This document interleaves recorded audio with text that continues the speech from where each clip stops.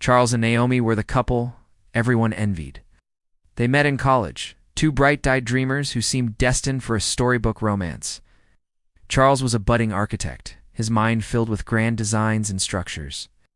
Naomi was an artist, her canvases bursting with color and emotion. For 10 years, their love was a masterpiece they built together, brick by brick, brushstroke by brushstroke. They shared a small apartment that was more home than any mansion, filled with laughter, half-finished projects, and the sweet scent of Naomi's favorite jasmine tea. Charles supported Naomi's art, attending every gallery opening, his applause the loudest in the room. Naomi, in turn, would listen for hours as Charles explained his blueprints, her encouragement the wind beneath his wings. Their friends called them inseparable. They finished each other's sentences and knew each other's coffee orders by heart. Charles had been saving for a ring, a simple, elegant diamond that he knew Naomi would love. He planned to propose on their 10th anniversary, at the very spot where they had their first date, a quiet little park bench overlooking the city skyline. Everything was perfect, or so he thought. The foundation of their life together seemed unshakable, built on a decade of trust, shared dreams, and unwavering love. But sometimes, the most beautiful structures have the deepest, most hidden cracks. The betrayal came like a storm on a clear day, sudden and devastating. Charles started noticing small changes. Naomi was distant, her phone always face down. Late-night gallery meetings became more frequent. Charles, trusting to a fault, brushed it off as the stress of an upcoming exhibition. The truth, however, was far more painful. He found out by accident. He came home early one day, planning to surprise her with tickets to a concert she wanted to see. Instead, he was the one who got the surprise. He heard voices from the bedroom and found Naomi with Mark, a wealthy gallery owner who had been praising her work a little too enthusiastically. The world Charles had so carefully built came crashing down. The confrontation was a blur of tears, denials, and finally, a cold, hard confession.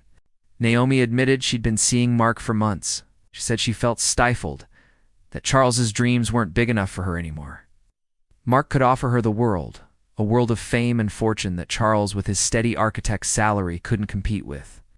The words were daggers, each one piercing Charles's heart. That night, he packed a bag and left the apartment that was no longer a home, the masterpiece of their love, now a pile of rubble. For weeks, Charles was a ghost.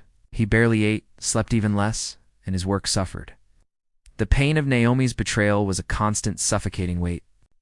But then, one sleepless night, scrolling through old photos of them, a spark of anger ignited within the ashes of his grief.